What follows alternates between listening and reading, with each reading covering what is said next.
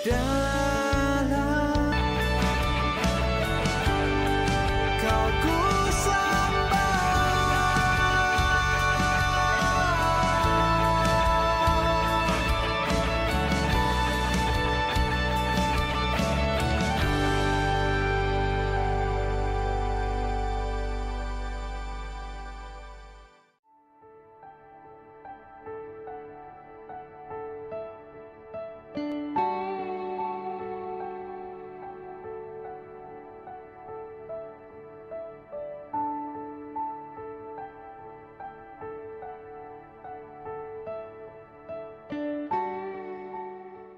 Shalom Bapak Ibu, Saudara sekalian. Selamat datang di GMM Gereja Mula-Mula. Kita memiliki pilar, ada 3, Saudara. Pilar kedua adalah tentang bait Allah. Tubuh kita adalah bait Allah. Itu sebabnya kalau kita menyadari bahwa tubuh kita ini bait Allah, maka kemanapun kita pergi, kapanpun, dimanapun, dalam segala hal, kita akan berhati-hati. Karena bait Allah artinya roh Allah tinggal dalam diri kita. Bayangkan saudara, ada roh Allah dalam diri kita. Sehingga kita harus hidup kudus, tak bercacat, tak bercela. Kemanapun kita pergi, di sana berkat Tuhan dicurahkan. Saudara, bergabung dengan GMM, kami melayani dari pagi sampai malam. Ada doa pagi, ada renungan malam. Ada juga online Bible Study dan berbagai komunitas. Tentu saja ibadah raya Minggu pagi jam 10 di Mall Taman Palem. Saudara, mari jadi keluarga Allah selagi kita masih punya kesempatan. Selamat bergabung dengan Gereja GMM, Gereja Mula-Mula. Saudara sekalian, saya Gembala Sidang GMM, Gereja Mula-Mula, beserta seluruh pelayan Tuhan mengucapkan selamat beribadah. Tuhan Yesus memberkati kita semua. Amin. Tidak seorang pun bisa menghindari tahta pengadilan Kristus. Semua orang akan diadili, saudara. Dimintai pertanggungan jawab. Apakah selama kita hidup ini baik atau jahat. Sebab ada hukum tabur tuai, barang siapa menabur, dia menuai. Menabur angin, menuai badai. Ya. Barang siapa menabur dia menuai. Di dunia kita mengenal adanya pengadilan manusia di pengadilan. Tapi hakim bisa keliru. Hakim ternyata bisa dipengaruhi uang. Bisa dipengaruhi politik. Bisa dipengaruhi oleh kepentingan lain. Tetapi Alkitab menyatakan akan ada penghakiman dari Allah kita. Suatu pengadilan yang adil, sempurna, dan tidak dapat dihindari. Tidak seorang pun bisa menghindari. Ya. Kapan itu terjadinya? Banyak orang takut membicarakan penghakiman. Tetapi justru kebenaran tentang ini akan memberi arah bagaimana kita hidup. Makanya ada ajaran-ajaran yang salah itu membuat orang tidak berubah hidupnya. Kamu sudah selamat karena sudah dibaptis. Itu menyesatkan itu. Makanya orang nggak bertobat, hidup jahat jalan terus. Ya, mulutnya panggil-panggil Tuhan Yesus, perbuatannya jahat terus. Kapan penghakiman itu terjadinya? Yang pertama, terjadinya setelah manusia itu mati. Ibrani 9 ayat 27. Dan sama seperti manusia ditetapkan untuk mati hanya satu kali, dan sesudah itu dihakimi. Manusia hanya mati satu kali, lalu dihakimi. Jadi tidak ada kesempatan kedua. Di Alkitab tidak ada cerita reinkarnasi. Sebab kalau ada reinkarnasi enak dong, buat dosa aja dulu. Nanti baru kehidupan berikutnya kita baik-baik. Gak ada kata Alkitab. Hidup ini satu-satunya yang akan dinilai, yang akan dihakimi satu-satunya hidup ini. Ya.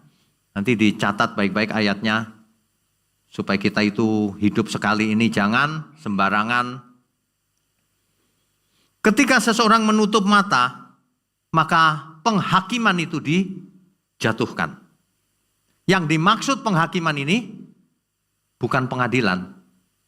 Yang dimaksud dengan penghakiman ini penghukuman. Jadi ketika orang mati menutup mata, rohnya keluar dari tubuh, langsung tujuannya langsung jelas.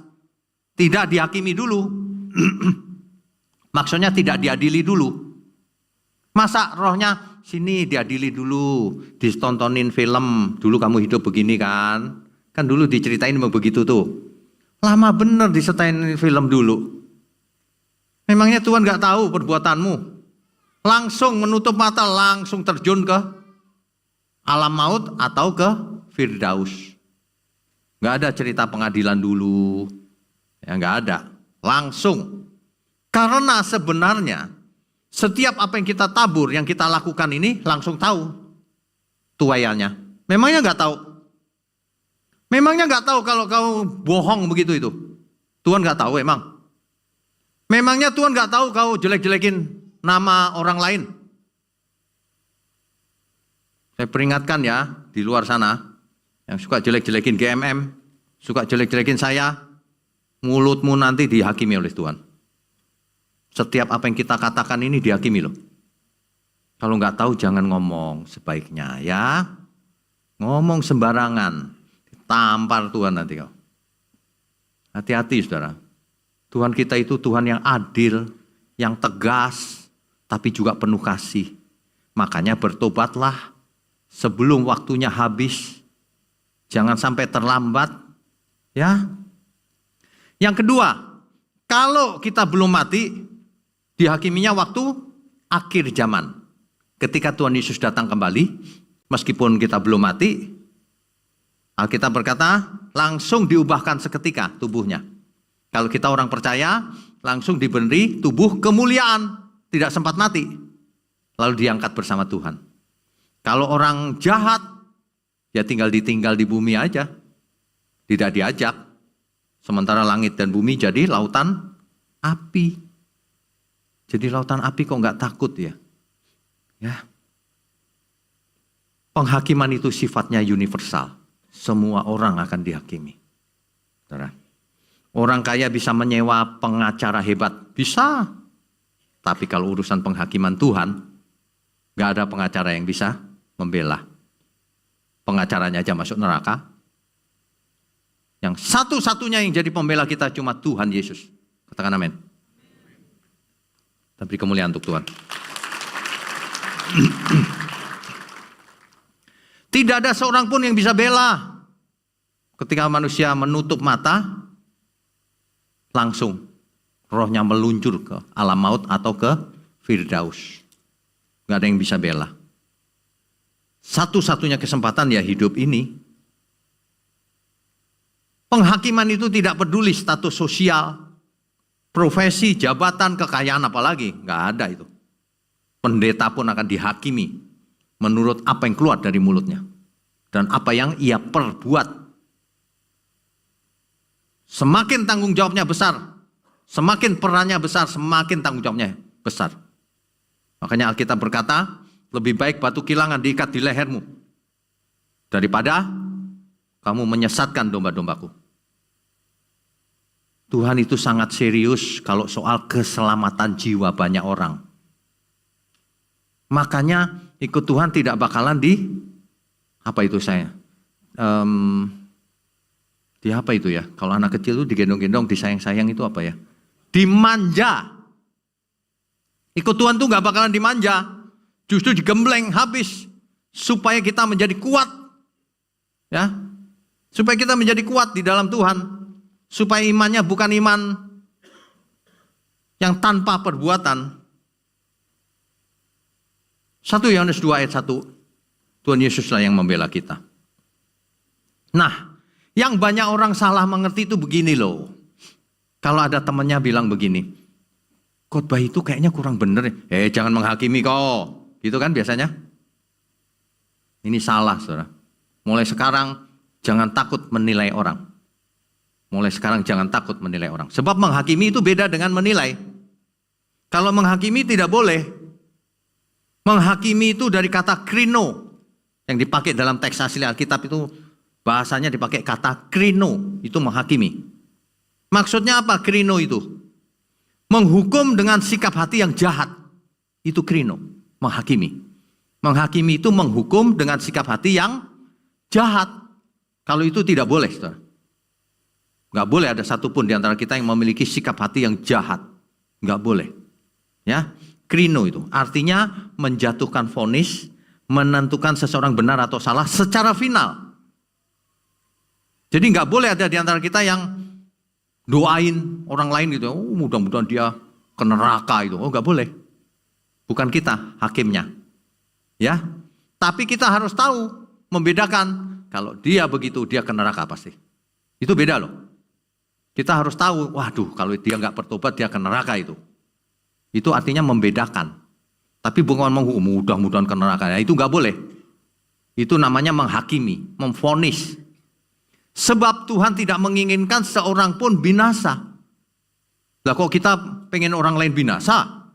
Betapa jahatnya kita. Ya. Itu dicatat tuh yang pertama.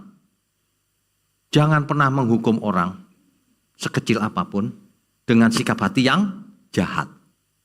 Misalnya, marahin orang supaya orang itu dengan sikap hati yang jahat kita. Menjatuhkan nama orang. Wah, itu nggak boleh itu. Itu sama sekali tidak boleh. Tapi kita harus memarahi orang yang bersalah.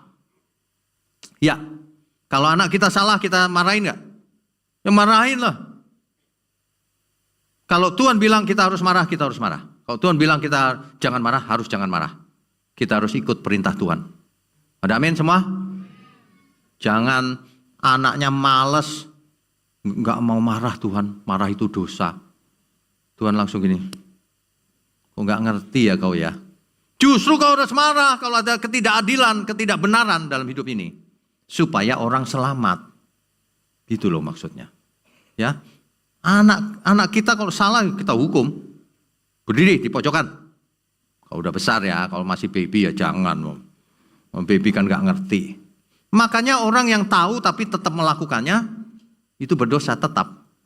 Tapi kalau gak tahu, gak sengaja, itu masih bisa diampuni.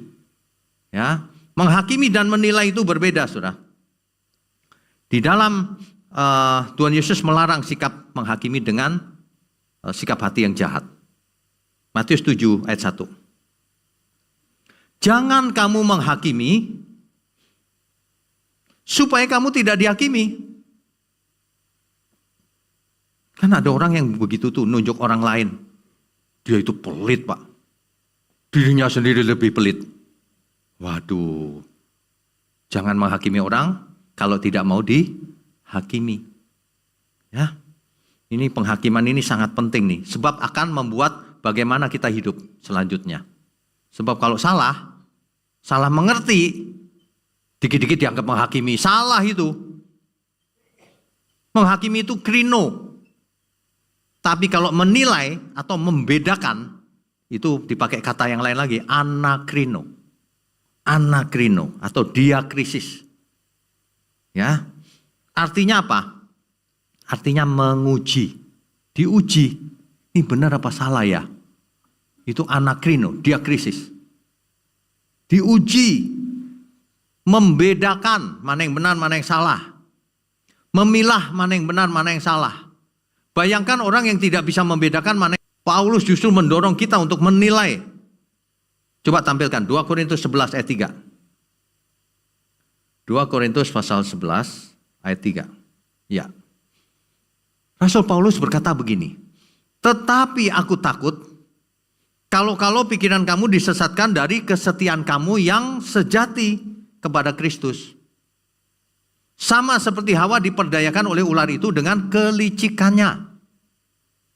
Jadi kita harus bisa membedakan mana benar, mana salah. Mulai sekarang harus bisa membedakan semuanya. Jangan takut dikatain menghakimi. Menilai itu harus. Kita harus memiliki roh yang bisa membedakan mana yang benar, mana yang salah. Makanya Alkitab berkata, ujilah setiap roh. Jangan setiap roh diterima. Diuji dulu. Ini roh yang benar atau roh yang salah. Diuji dulu. Ya, makanya Bapak Ibu salah satunya ya, ikuti seminar 7 natur kebenaran. Itu ada berapa sesi ya? 17 apa ya? Itu harus. Bapak Ibu ikuti, di channel kita ada. Nanti setelah ikut pasti beda. Iya ya. Bisa membedakan peka kita itu. Firman Tuhan membuat kita peka. Membedakan mana yang benar, mana yang salah. Ya.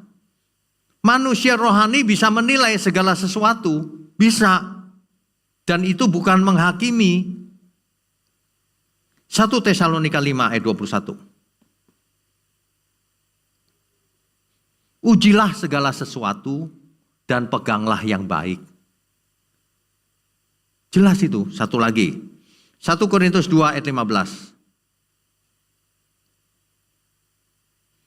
Tetapi manusia rohani menilai segala sesuatu, tetapi ia sendiri tidak dinilai oleh orang lain.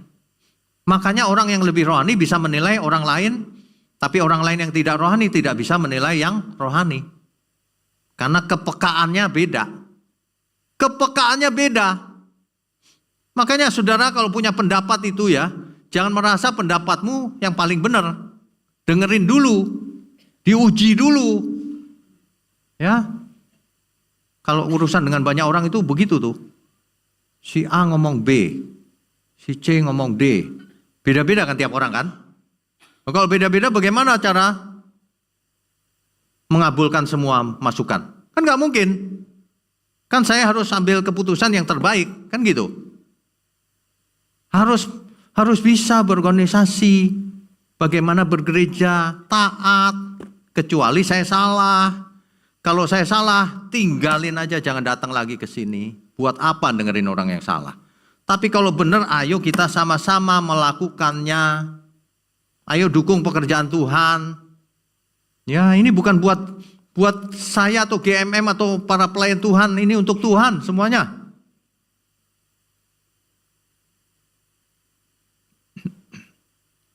Membedakan roh itu, menilai itu kewajiban kita semua. Ya. Menghakimi itu menjatuhkan vonis akhir, padahal itu hak prerogatifnya Allah.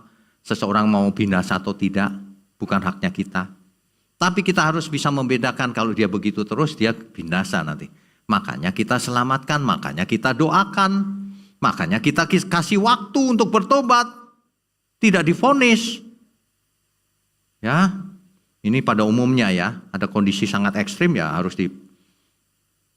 disingkirkan orang-orang yang merusak pekerjaan Tuhan. Menilai itu membedakan benar salah, baik buruk sesuai firman. Itu harus bisa. Makanya kalau mulai sekarang saudara, kalau ada saudara mengatakan gini, itu kayaknya salah tuh. Kalau ada teman yang bilang gini, jangan menghakimi kok. Kamu salah, itu bukan menghakimi. Itu menilai, membedakan mana benar, mana salah. Tuhan Yesus mengajar supaya kita bisa membedakan mana benar, mana salah. Banyak orang baca Alkitab tapi tidak mengerti. Coba kita lihat Tuhan Yesus seperti apa. Kalau kita mau jadi murid Tuhan Yesus, kenakan pikiran dan perasaan Tuhan Yesus. Kita harus seperti Tuhan Yesus. Jangan ngarang-ngarang sendiri. Saudara, misalnya gini, seorang dokter. Dokter itu tidak pernah loh menghakimi pasiennya, nggak pernah. Dokter itu hanya memberitahu diagnosanya. Ini penyakit agak parah, Bu. Ya, itu bukan memvonis, itu memberitahu. Beda loh, beda. Kalau dia aku suntik mati ini, nah itu memvonis namanya. Nggak boleh. Memberitahu. Kalau kita tahu tapi tidak menyebarkan itu, kita berdosa di hadapan Tuhan. Jadi sebenarnya ada banyak orang berdosa. Tahu yang baik tapi nggak mau menyebarkan. Tidak mau mengajak orang lain supaya selamat juga. Pasif hidupnya. Harus aktif setiap kita itu. Ya. Orang percaya itu harus bisa menilai mana yang benar sesuai dengan firman. Dan bagikan kebenaran itu. supaya semua orang juga mengetahuinya, mengerti. Marah terhadap ketidakadilan, membela yang lemah itu bukan menghakimi. Saudara. Justru kalau kita tidak marah melihat keadilan, malah mensupport, mendukung, kita musuh Allah. Karena Allah kita tidak suka ketidakadilan. Ketidakadilan, kebenaran, kasih harus berjalan, keadilan maksud saya, harus berjalan seiring. Jadi manusia itu harus penuh kasih, harus adil, tapi juga harus tegas terhadap ketidakadilan. Kalau ada seseorang melihat temannya dianiaya lalu dia diam aja. Bukan aku yang menganiaya, gak salah dong. Salah itu. Kalau kita melihat orang lain dianiaya kita harus bela. Harus menyelamatkan yang lemah. Ada amin? Kalau saudara tidak mau, saudara bukan murid Kristus. Karena Tuhan Yesus seperti itu. Kalau ada orang yang membuat pekerjaan Tuhan sulit atau membinasakan, dimarahin sama Tuhan Yesus itu. Ya, banyak orang membayangkan Tuhan Yesus itu halus, lembut, gemulai. Bukan. Kalian salah semua. Tuhan Yesus penuh kasih terhadap orang yang berdosa yang bertobat. Kalau yang tidak bertobat keras sekali Tuhan Yesus. Ya. Saudara, jadi manusia itu harus bertanggung jawab. Jangan mau main aman. Yang penting aku tenang aja, yang penting aku gak ada masalah. Loh, tugas kita membela orang lain. Tugas kita menolong yang membutuhkan. Kalau ada yang lemah harus dibela. Kalau di antara saudara ada yang pengacara, bela yang lemah. Bukan bela yang bayar. Saya di depan pengacara tetap ngomong gitu, jangan bela yang bayar ya kau. Binasa kau nanti. Enggak takut sama siapapun. Kalau ketidakadilan, kamu menabur, kamu menuai nanti. Hati-hati loh saudara. Hidup ini cuma satu kali. Ya, hidup ini cuma satu kali. Jangan sampai kasih minum. Soalnya batuk-batuk ya. Ya, kita itu harus bisa membedakan mana benar, mana salah. Kita harus memarah terhadap ketidakadilan. Ya, respon yang benar terhadap dosa dan kejahatan. Jangan gini, ada orang berbuat dosa, gak apa-apa lah, gak usah ribut-ribut lah. Ada orang menindas orang lain, gak apa-apa lah, gak usah, ngalah aja. Loh, coba kau yang ditindas. Kita harus bela.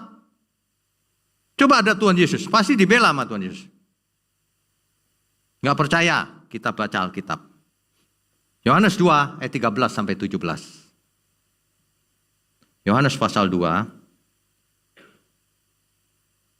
ayat 13 sampai 17. Saya bacakan ya. Ketika hari raya Paskah orang Yahudi sudah dekat, Yesus berangkat ke Yerusalem. Dalam bait Allah didapatinya pedagang-pedagang lembu, kambing, domba, dan merpati. Dan penukar-penukar uang duduk di situ, penukar uang. Rupanya dari dulu sudah ada money changer. Ya, penukar uang itu. Nah.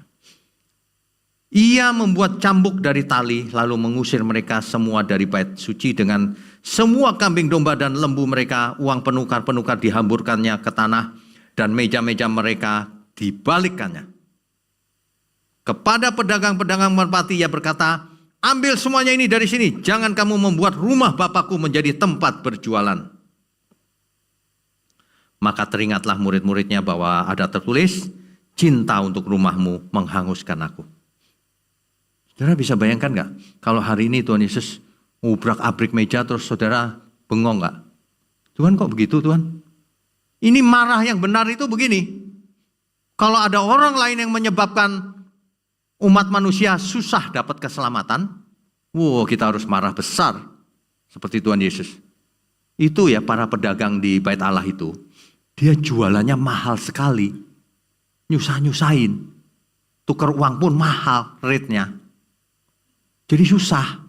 Orang mau ngasih persembahan, susah. Marah Tuhan Yesus. Kenapa? Orang mau datang ke Tuhan disusah-susahin.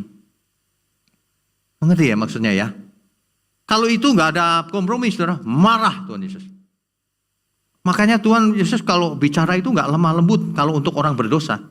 Keras, supaya bertobat. Itu maksudnya, supaya bertobat. Ajaran selama ini Tuhan Yesus nggak pernah marah. Nggak pernah baca Alkitab sih. Tuhan Yesus marah besar. Matius 23, pasal 23, ayat 13 misalnya. Tuhan Yesus berkata begini loh, celakalah kamu, celaka kau, gitu kira-kira kalau hari ini. Bicaranya kira-kira keras atau pelan?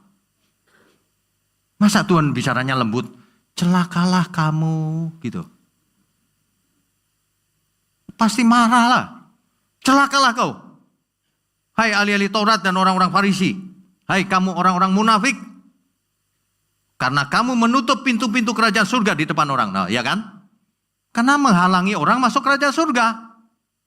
Celaka kau. Tuhan Yesus marah nih. Sebab kamu sendiri tidak masuk dan kamu merintangi mereka yang berusaha untuk masuk. Semua orang yang berani sabotase pekerjaan Tuhan dimarahi Tuhan Yesus. Kalau tidak bertobat, pasti binasa. Kalau tidak bertobat. Kalau bertobat, cepatlah bertobat sebelum mati. Sebab manusia bisa tiba-tiba mati. Ya, hati-hati loh saudara. Ini serius loh. Ya, serius nih. Kalau orang berani sabotase pekerjaan Tuhan, orang mau datang ke gereja ditutup. Mati kau nanti. Kalau tidak bertobat. Kalau bertobat diampuni. Oh, bukan kau. Sana aja deh. Tembok aja deh, tembok. Saya serius nih. Nggak baca Alkitab kau. Kalau bertobat cepetan sebelum mati. Bertobat pasti diampuni. Tapi bertobat sungguh-sungguh. Ingat, bertobat itu bukan di mulut. Banyak orang itu ngaku salah. Aku salah. Tapi kau ulangi lagi. Aku salah. Minggu lalu saya kasih ilustrasi seorang bendahara yang korupsi kan. Korupsi ya udah nggak usah jadi bendahara lagi kok. Ampun Pak, maaf. Dimaafkan, tapi nggak usah jadi bendahara lagi. Nanti kau lihat duit hijau lagi. Terus kau nggak mampu lagi. Memang kau nggak pantas di situ tempatnya. Ya, kau jadi aser aja sono. Nggak pegang duit. Kan gitu. Ada orang yang bertobatnya gini, aku sudah bertobat, ayo jadi bendahara lagi. Itu namanya bukan bertobat. Itu belum bertobat tuh namanya. Makanya saudara bisa membedakan mana yang baik, mana yang jahat. Supaya tidak dikerjain sama orang. Hati-hati, dunia ini banyak yang jahat. Pakai Alkitab lagi. Seorang pengacara bilang sama saya gini, udahlah Pak, gak usah diurus. Kasih tampar pipi kiri, kasih kanan. Saya bilang, kamu baca Alkitab gak? Satu ayat dipakai untuk manipulasi. Kok ngomong sama orang yang salah? Itu artinya apa itu? Itu artinya apa? Enak benar kalau hadapin orang Kristen lalu kasih pipi kiri, kasih pipi kanan. Gak ada itu. Di Alkitab itu ada artinya, ntar saya jelaskan nih. Orang gak ngerti Alkitab pakai comot-comot ayat lagi. Untuk kejahatan. Tujuannya untuk kejahatan itu. Kalau yang benar, benar ini ayat ini. Tapi harus diartikan yang benar. Ya, membela yang lemah itu panggilan untuk orang percaya. Jadi kita itu nggak boleh santai-santai. Yang penting aku aman, orang lain bahaya biarin aja. Nggak boleh. Apalagi kalau ada hubungan dengan pekerjaan Tuhan. Kita mesti bela pekerjaan Tuhan. Kalau memang cinta Tuhan. Kalau nggak bela pekerjaan Tuhan, kau nggak cinta Tuhan berarti. Cinta dirimu sendiri. Ada amin nggak nih? Nah ya kalau nggak buat apa? Saudara pikir saya ngomong begini untungnya apa? Bapak Ibu Saudara, nggak tahu ya Bapak Ibu Saudara ikutin nggak itu nggak yang di Amerika ditembak itu? Charlie Kirk ya. Waduh, itu Charlie Kirk itu kalau ngomong apa adanya juga tuh. Berani kan, debat terbuka di universitas-universitas. Ditembak, tembus ini, mati. Waduh, sayang sekali ya, masih muda itu. Dunia ini ya, udah rusak. Orang bicara kebenaran ditembak. Orang bicara ngawur-ngawur, disanjung-sanjung. Gila nggak ya? Saya perhatikan yang debat itu ya, salah satunya membela LGBTQ. Semua orang membela LGBTQ. Ini kayak Sodom Gomora ini, dunia ini. Lebih parah dari Sodom Gomora. Dunia ini gila, saudara. Jadi jangan pasif, jangan netral, ikut Tuhan. Dukung pekerjaan Tuhan. Buktikan cintamu sama Tuhan. Dukung itu bukan duit dikasih kita, bukan. Rumah dijual kasih kita, bukan. Dukung supaya banyak orang diselamatkan. Supaya banyak orang tahu, iya ya yang benar begini nih. Gitu loh. Kalau saudara tidak melakukan itu, saudara berdosa di hadapan Tuhan. Padahal bisa melakukannya. Ya, hati-hati ya saudara ya. Saya percaya pagi ini peringatan buat kita semua loh. Ini bukan bicara soal uang loh. Dukung itu macam-macam. Bagikan link kebenaran ini biar semua orang mengenal. Bapak Ibu Saudara tahu nggak? Ada orang yang di New York sana, telepon saya. Pak, saya mau di bawah GMM, bikin gereja rupanya. Jemaatnya udah ratusan loh. Di luar negeri kalau ratusan tuh gede banget berarti. Saya bilang, nggak perlu GMM sih, apa aja boleh. Tapi ngajarnya yang benar. Ya udah saya pakai bahan-bahannya, boleh silakan, apa aja ambil aja. Gak usah izin juga apa-apa, kan di YouTube ada. Yang jauh aja tahu loh. Jangan sampai yang tetangga sendiri malah sesat. Aduh, Alkitab kalau ngomong itu ya celakalah kau. Bodoh sih kau. Gitu. Kalau Alkitab ngomong begitu sebenarnya. Cuma diterjemahkan diperhalus. Jangan sesat gitu kan. Allah tidak bisa dipermainkan. Itu sebenarnya jangan bodoh kau. Allah itu gak bisa dimain-mainkan, Tuhan itu. Tuhan tahu persis hati kita. Ayo kita yang benar, Tuhan mengasihi kita. Tapi kalau orang mengeraskan diri, jangan salahkan siapa-siapa. Kalau hari itu datang, seperti Sodom Gomora tiba-tiba, api turun dari langit. Kalau kasus kita nggak usah api turun dari langit jantungnya tiba-tiba mampet selesai. Selesai itu. Meluncur langsung. Ya, Tuhan Yesus itu mengecam. Itu di Matius pasal 23, nanti dibaca ya, sampai akhir. Itu di bagian akhir itu, celakalah kau. Celakalah kau. Itu banyak banget itu ayatnya.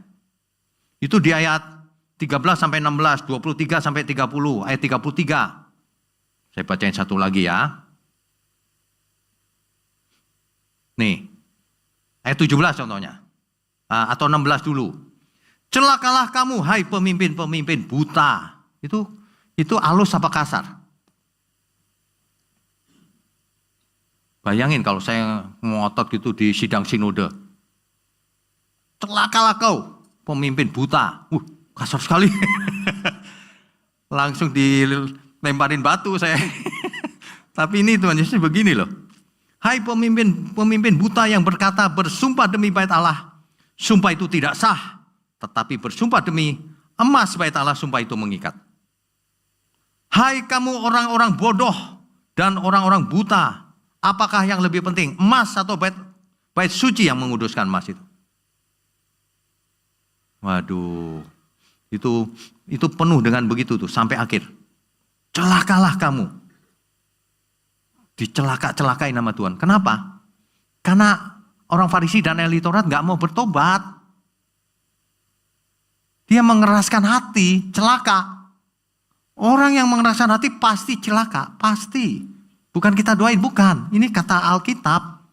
Itulah sebabnya sebelum hari itu tiba, bertobatlah. Apa untungnya kau melawan Tuhan? Apa untungnya kau jahat di mata dunia ini? Di mata Tuhan apalagi? Lebih jahat lagi. Kan gak ada untungnya. Apa untungnya kau ngotot hidup dalam dosa itu? Apa untungnya? Kan gak ada untungnya. Lah kok mau terus? Lupakan karakter pribadimu itu. Harus diganti karakternya Tuhan. Ya, jangan pakai pikiran sendiri. Nggak pernah keras jadi orang. Untuk kebenaran keras kita. Kalau ada orang menyiksa jemaat, wow, kita kerasin dia. Bukan kita doain doang supaya dia sadar. Kita kerasin dia berani nyiksa jemaat. Kalau kita memang mau bela Tuhan Yesus. Ingat saudara, itu pun harus dengan hati yang bersih, pikiran yang bersih. Bukan sikap hati yang jahat, awas koyong. Bukan, nggak boleh. Kalau itu nggak boleh. Kita harus bela dengan hati yang bersih, pikiran yang bersih. Itu yang sulit. Makanya Tuhan Yesus pun melakukan itu, tapi dengan pikiran dan hati yang bersih. Sebab Tuhan itu tidak ada agenda lain.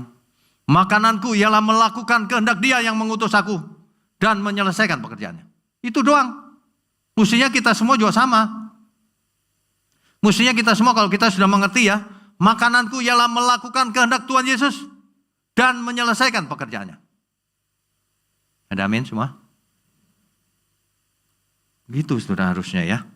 Jadi marah terhadap dosa itu tidak dosa. Justru tidak marah terhadap dosa itu dosa.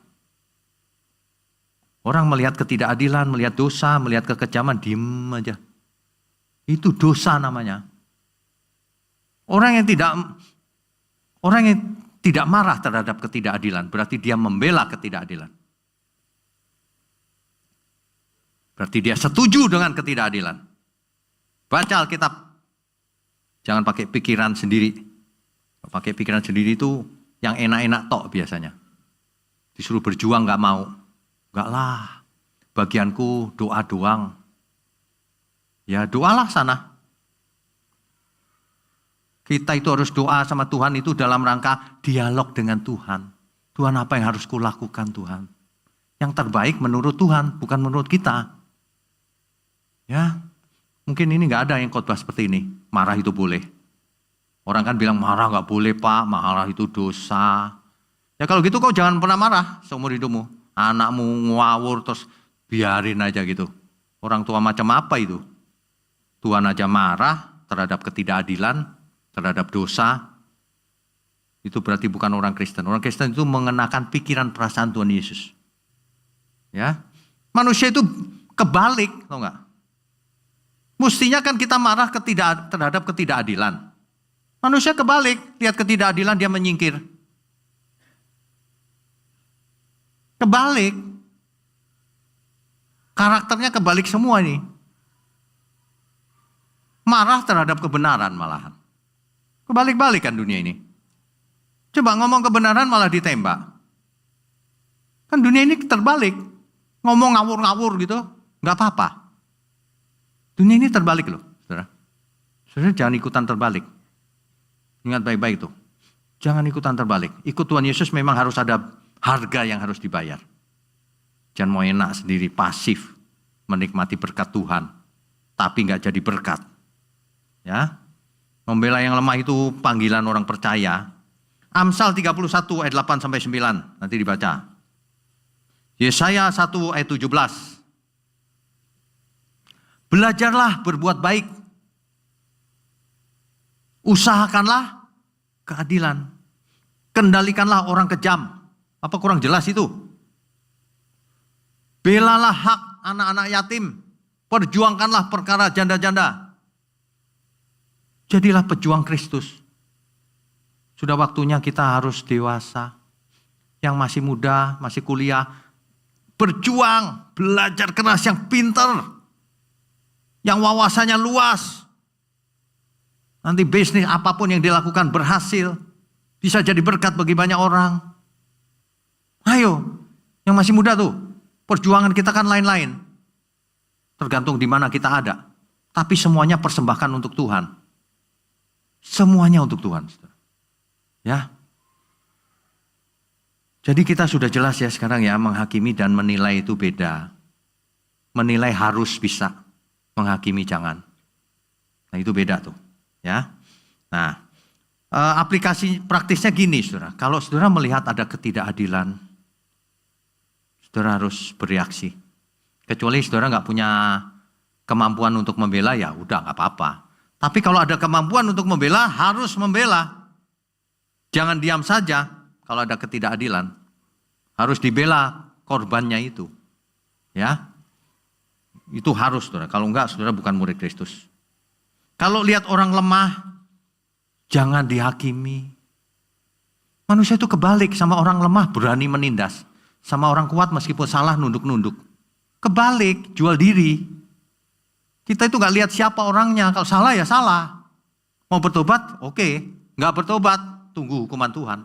Kan gitu aja. Sederhana kan? Lakukan bagian kita.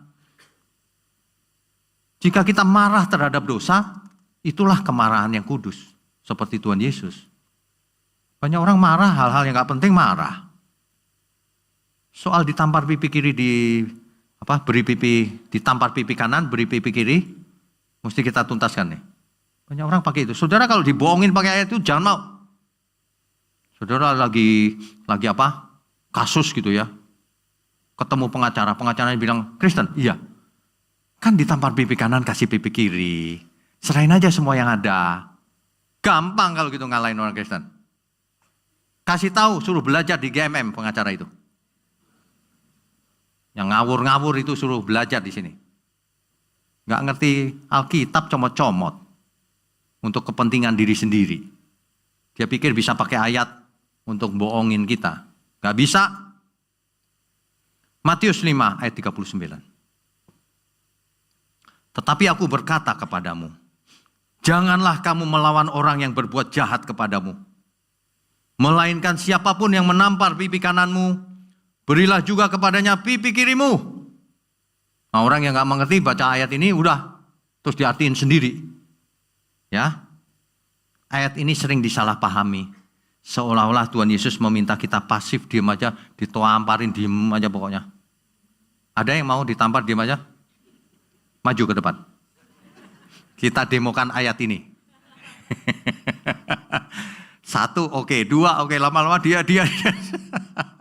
Nggak gitu artinya ya, pelan-pelan. Konteksnya apa? Nah ini yang penting, konteksnya.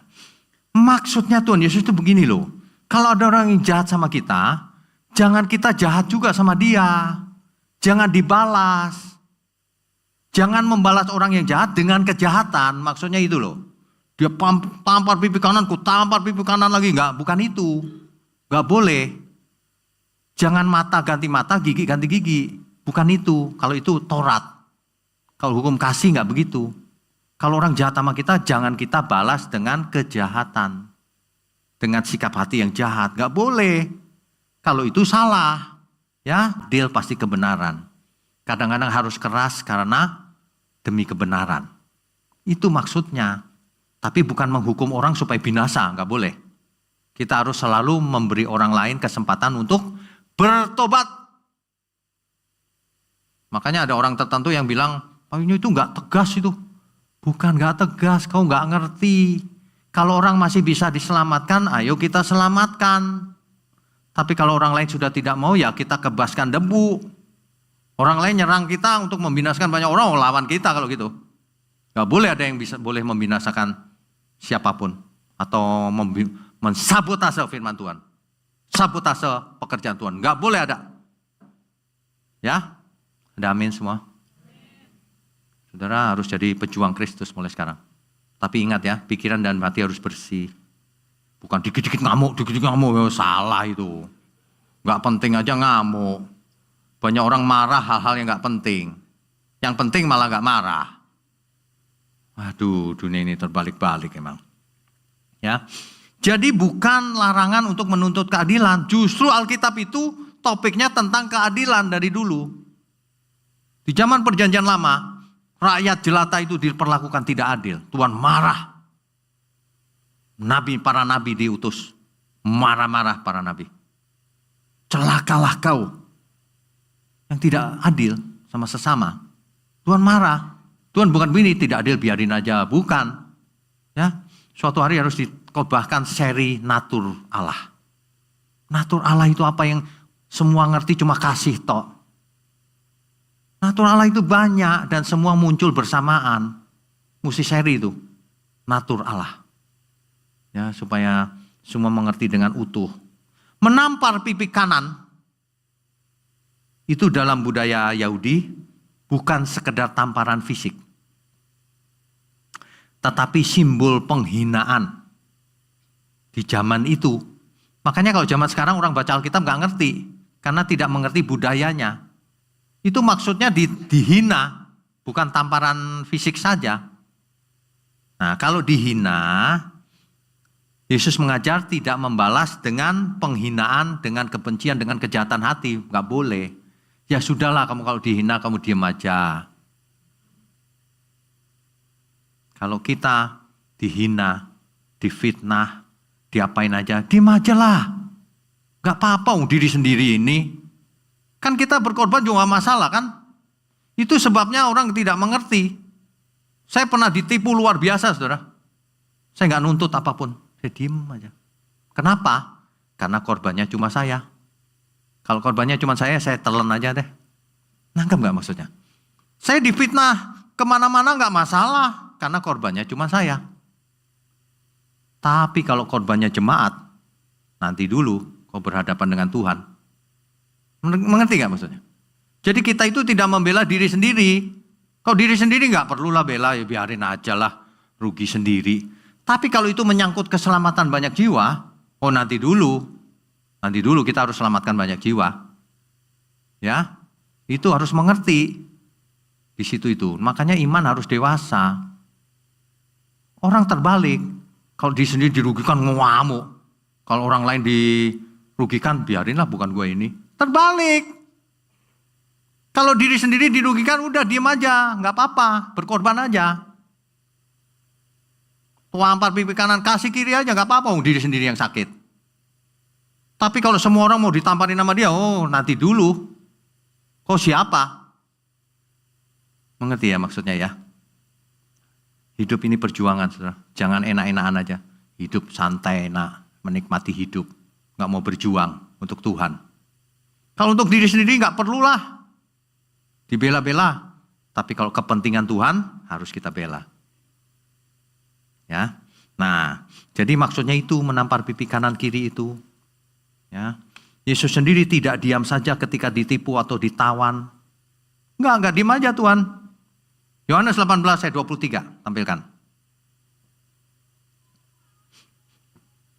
Ketika jawab Yesus kepadanya, jikalau kataku itu salah, tunjukkanlah salahnya. Tetapi jikalau kataku itu benar, mengapa engkau menampar aku? Tuhan Yesus ditampar loh. Tapi Tuhan bilang begitu. Emang ada yang salah yang kukatakan itu? Ya, orang harus memberikan argumentasi itu boleh. Tapi bukan membalas dengan kekerasan lalu dengan hati dendam gitu, sakit hati, nggak boleh kalau itu nggak. Kita harus bersih. Pikiran hati harus bersih sehingga marah pun marahnya marah yang benar pada tempatnya. Kalau nggak perlu marah jangan marah. Kalau harus marah justru harus marah kalau memang harus marah. Sesuai keinginan Tuhan aja. Jangan sesuai keinginan diri sendiri. Kalau diri sendiri mah emosi. Gak boleh yang itu. Ya. Jadi prinsipnya gini loh. Kalau kita ditipu jangan membalas menipu. Gak boleh. Menipu ya sudahlah, ditipu diem aja. Yang rugi diri sendiri. Dihina diem aja, yang rugi diri sendiri. Tapi kalau yang dirugikan teman kita. Dan itu banyak. Oh ya gak bisa, ini something wrong orang ini. Gak boleh, apalagi pekerjaan Tuhan. Gak boleh saudara. Saudara cinta Tuhan apa enggak sebenarnya? Kalau cinta Tuhan harus mengusahakan pekerjaan Tuhan ini sampai ke ujung bumi. Itu perintah Tuhan loh. Jadikan semua bangsa muridku. Kalau ada orang yang menghalang-halangi orang jadi murid, nah itu dia orangnya. Dengan segala bentuknya. Wah gak bisa dibiarkan orang seperti itu. Gak bisa. Coba ada Tuhan Yesus. Langsung dimarahin, celaka kau. Celaka, kalau Tuhan Yesus bilang celaka itu gawat tuh. Kalau kita ngomong celaka kok nggak apa-apa, nggak mempan. Tapi kalau Tuhan yang ngomong, waduh, itu mengerikan itu. Ya, kita tidak boleh punya hati jahat kalau itu tidak boleh. Sehingga setiap apa yang kita lakukan, kita ucapkan, kadang-kadang keras, itu kerasnya keras yang benar. Jangan keras karena benci, ya, keras karena mau membunuh orang, ya itu nggak boleh yang itu. Kerasnya itu karena tegas, nggak bisa dipermainkan. Jangan bodoh, Allah kita tidak bisa dipermainkan. Sebab apa yang ditabur orang, itu yang dituainya. Ingat itu baik-baik ayat itu ya. Kalau pakai ayat itu yang lengkap, jangan cuma sebagian-sebagian. Ya, jadi tapi kita itu begini loh, kita pikir, nanti kalau Tuhan Yesus datang, apa yang harus kusiapkan mulai sekarang? Nah ini yang penting. Saudara, yang pertama, kita harus hidup bertanggung jawab. Kalau kita murid Kristus harus bertanggung jawab sebagai murid Tuhan Yesus. Jangan santai-santai tidak tanggung jawab. Tanggung jawab. Yang kedua, percaya Tuhan pasti bela kita. Sejak sekarang, bukan nanti saja. Ya. Yang ketiga, harus setia dan berbuah. Hidup ini kalau nggak berbuah harus mau ngapain sih? Nggak ada artinya hidup ini sebenarnya. Ya, saudara ya. Jadi kita beri kemuliaan dulu untuk Tuhan. Dulu kita tidak mengerti sedalam ini. Sekarang kita mulai mengerti. Ingat baik-baik, kalau diri sendiri dirugikan, jangan dibalas. Tapi kalau pekerjaan Tuhan dipersulit, saudara harus mengusahakannya. Kalau ada orang lain yang mau diselamatkan, harus diusahakan. Intinya keselamatan jiwa, bukan kepentingan pribadi. Amin ya.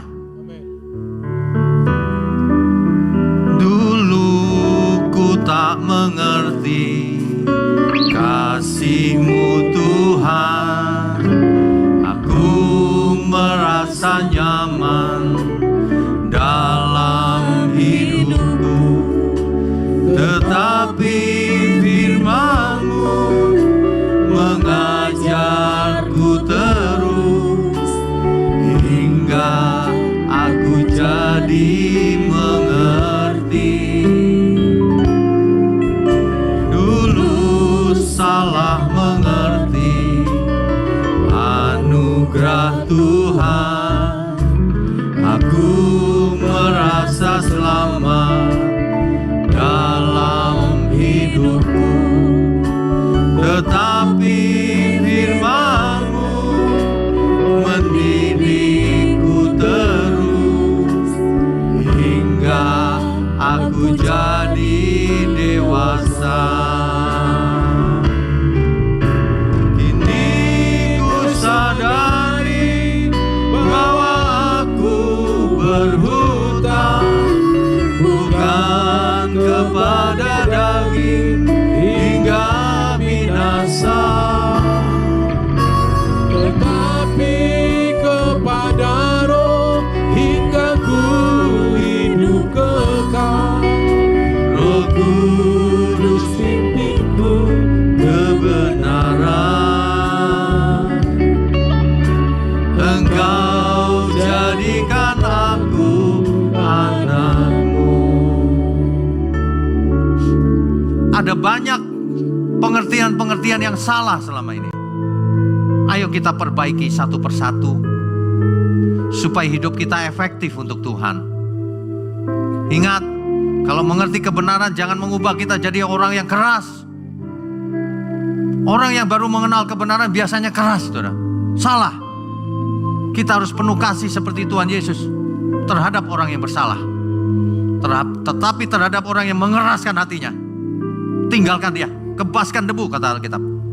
Ngapain ditungguin orang gak mau bertobat? Tinggal. Waktu kita harus kita persembahkan untuk Tuhan. Jangan buang-buang waktu. Suatu hari kalau dia mau bertobat lagi, kita harus layani lagi. Tapi jangan divonis, oh dia pasti gak bertobat. Oh ya belum tentu, nanti kalau bertobat bagaimana? Tapi jangan buang waktu selagi dia tidak mau bertobat. Utamakan pekerjaan Tuhan. Utamakan keselamatan banyak jiwa. Lupakan kepentingan diri sendiri. Diri sendiri, dia menghina aku Pak. Enggak masalah, kan kau sendiri. Dia menghina pekerjaan Tuhan semua Pak. Nah itu nanti dulu yang itu. Itu keselamatan banyak jiwa. Nanti banyak orang tersandung. Kalau itu gak boleh.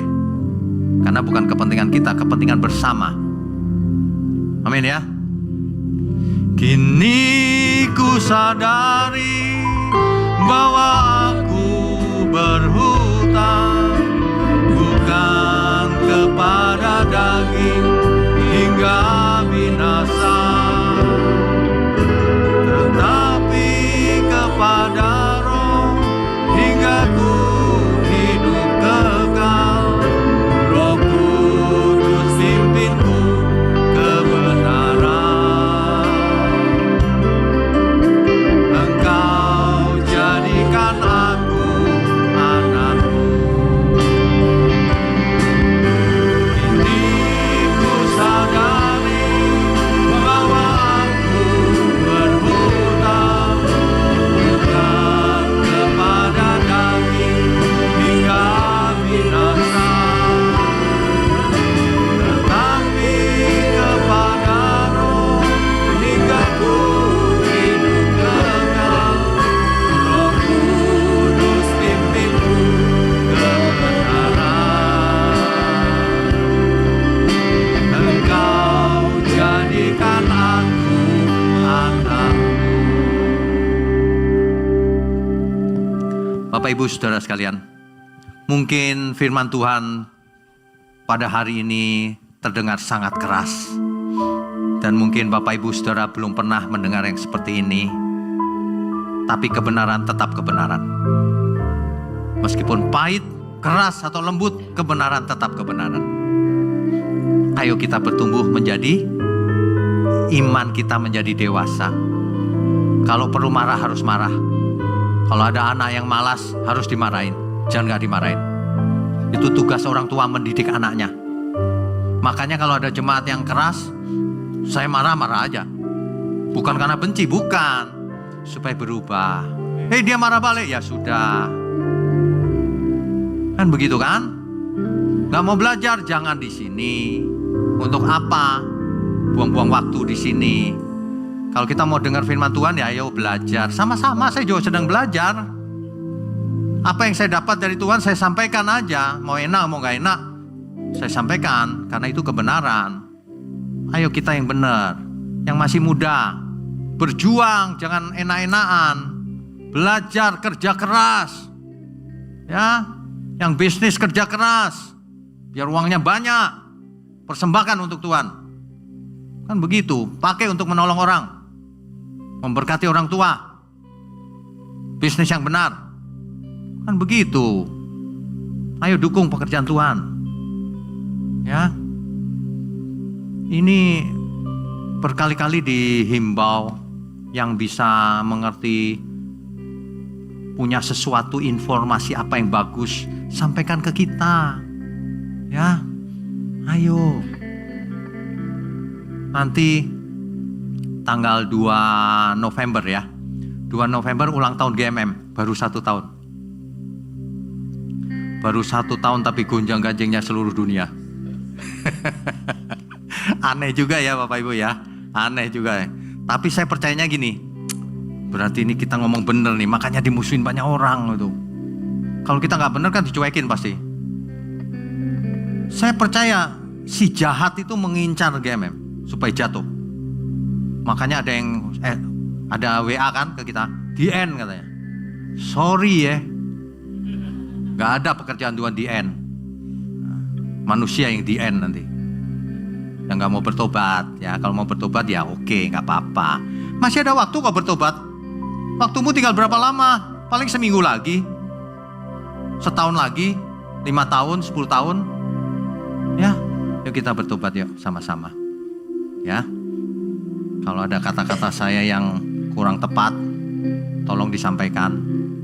Saya kan juga gak mau salah kan, maunya kita semua benar sama-sama. Jangan ada di antara kita yang bisa ditipu oleh si jahat lagi. Seperti zamannya Rasul Paulus. Aku takut kalau pikiranmu disesatkan oleh si jahat itu. Kita harus punya kemampuan untuk membedakan roh. Spirit discernment. Membedakan. Roh orang ini gak benar nih rohnya. Kita harus bisa bedakan. Itu bukan menghakimi. Tapi kita tidak boleh menghakimi. Dia mah gak, udah pasti gak mau bertobat ya. Loh, nggak boleh lagi. Kan kita nggak tahu masa depan, bisa saja dia bertobat. Ya, kalau ada yang mengganggu pekerjaan Tuhan, saudara harus bela. Sebab urusannya banyak jiwa. Kalau cuma saya sendiri nggak usah dibelain, nggak apa-apa. Pak, dihina itu biarin aja, nggak masalah. Kalau saya dihina itu seperti orang melempar kotoran gitu ya, tangkap aja, cuk. Nggak apa-apa kan? Orang lain nggak ada korban soalnya. Tapi kalau banyak korban jangan begitu, jangan keterlaluan. Ya, kalau jahat sudah keterlaluan nanti sikringnya putus, tiba-tiba putus.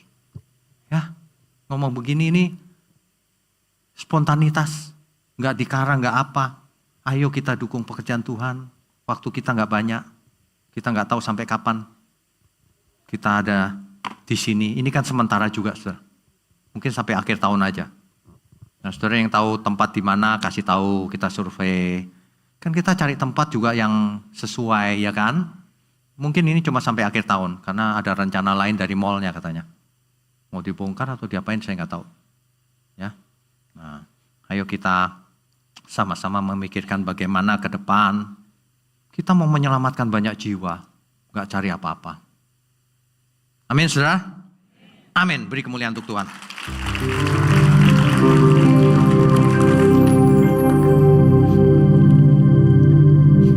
Oh ya,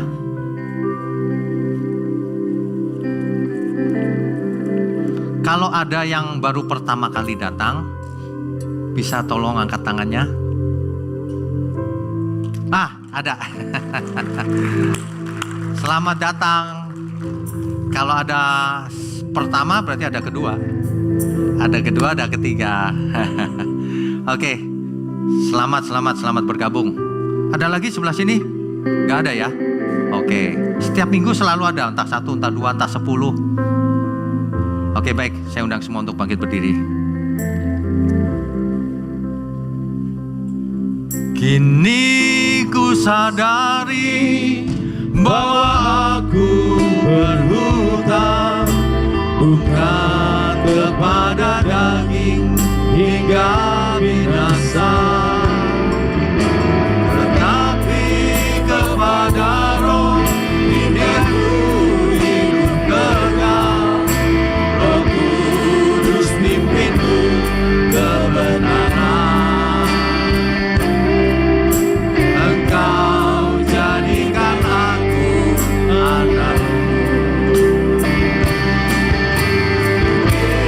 Ku sadari bahwa aku berhutang bukan kepada daging hingga binasa, tetapi kepada Roh hingga ku hidup kekal. Roh Kudus pimpinku kebenaran. Engkau jadikan aku anak. Engkau jadikan aku. Engkau jadikan aku anak. Engkau jadikan aku. Engkau jadikan aku anakmu.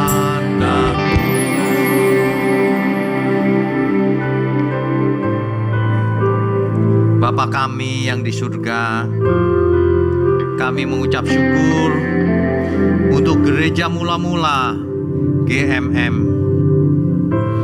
Meskipun ada orang-orang yang merencanakan kejahatan untuk pekerjaanmu ini Tuhan, tetapi kami percaya Tuhan di pihak kami. Kebenaran akan menang dan banyak jiwa akan diselamatkan. Kami percaya kuasa Tuhan turun atas setiap kami, para pelayan Tuhan, para jemaat dimanapun berada. Karunia-karunia Roh turun atas kami semua, untuk menjangkau banyak jiwa, menyadarkan orang-orang yang belum mengerti, untuk ikut serta dalam keselamatan banyak jiwa. Terima kasih Tuhan, terima kasih. Sekarang layakkan setiap kami mengangkat tangan kami Tuhan. Mari saudara angkat tanganmu tinggi-tinggi. Kami sambut segala berkat, baik berkat jasmani maupun berkat rohani. Kesehatan, umur panjang untuk Tuhan. Keberhasilan, kesuksesan, damai sejahtera, takut akan Tuhan turun atas kita semua. Yang di dalam nama Bapa, Putra, dan Roh Kudus. Haleluya. Semua yang percaya katakan Amin. amin. Haleluya. Silakan duduk Bapak Ibu. Saudara sekalian, bicara soal kebenaran, setiap orang merasa benar. Makanya semua kecap dinomor satukan. Ada orang yang mengatakan saya paling benar, ini paling benar, itu paling benar. Mana sebenarnya yang paling benar? Oleh sebab itu, hadiri seminar 7 natur kebenaran dan aplikasinya.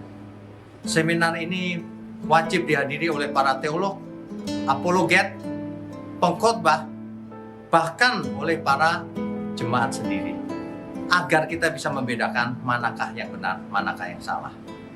Inilah alat uji kebenaran yang sangat objektif dan alkitabiah. Pastikan saudara ikut dan ajak seluruh saudara dan sahabat-sahabat. Bapak-bapak dan ibu-ibu yang terkasih dimanapun berada, yuk kita belajar pelajaran Alkitab bersama secara online setiap hari Rabu jam 7 malam bersama pendeta Bapak Wignio Tanto secara online, bisa melalui Zoom. Tetapi kita harus mendaftarkan dulu ke nomor berikut ini. Selamat bergabung dan Tuhan Yesus memberkati.